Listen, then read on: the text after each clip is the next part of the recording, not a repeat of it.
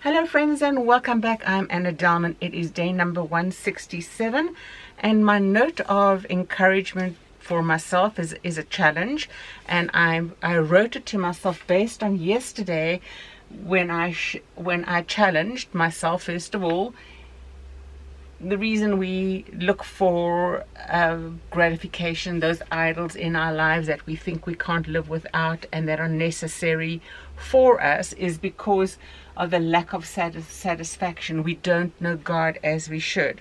So my note for today is as follows: is God sufficient to be the satisfaction you need in your life?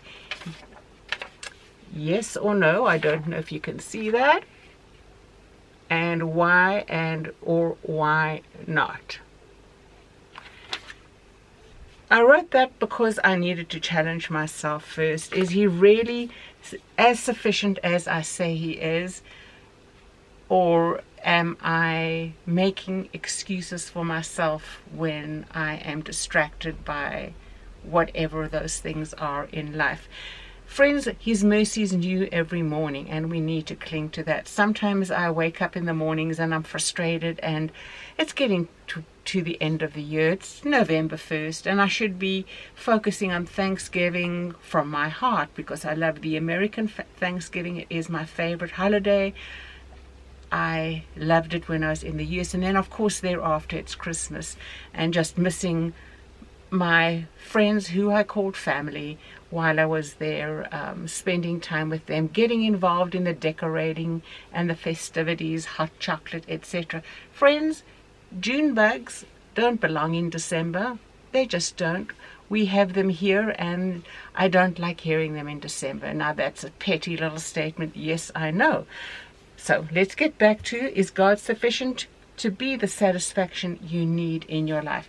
Now, yesterday I did say what the inferior pleasures are and the momentary gratifications are that we have in our life. It's because it's a substitution of what the pleasure is God should be giving us through us being satisfied in him. As I thought about that more and more and more, and it's coming to the end of the year, and those things that I miss the most about my background, and I don't have them in my life here, and just the sweet, wonderful fellowship of like-minded friends, made me once again come back to those things that went awry when I arrived back here, and I tried to build up with my education and my experiences, which God allowed me to have, and to serve the community here. And it was just difficult. It didn't work out. And then it makes me think of manhood and womanhood. When people go to church, or people are Christians, and it's more important for them to be seen in the image they are projecting to be the best of their culture and their traditions, friends, I challenge that is the greatest idolatry there is. Shouldn't that be put aside? And as I've shared before, you are not called to be a Christian to have your culture, your traditions influence your Christianity. Your Christianity, the Bible, is supposed to influence your culture and your traditions, therefore your manhood and womanhood. And if it's not doing that, then you need to question, why are you going to church on Sunday? What are you doing there? Are you going to be instructed? Is your pastor, your preacher, teaching you correctly on how to apply that, how to live your manhood and your womanhood to the glory of God? Because God is, through his word, instructing you what that looks like and what that should be. If that's not the case, then you really do, kindly said, because church is so important, you kindly need to examine what that reality is for you and change. Repent, change, grow. Put that off and be what the church is.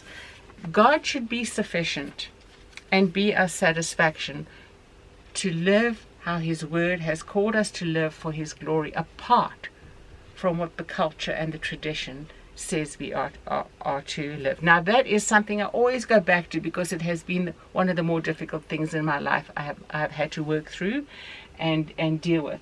But friends, it's no different truly if you think about what are your thoughts going to the most in what you're trying to present yourself as.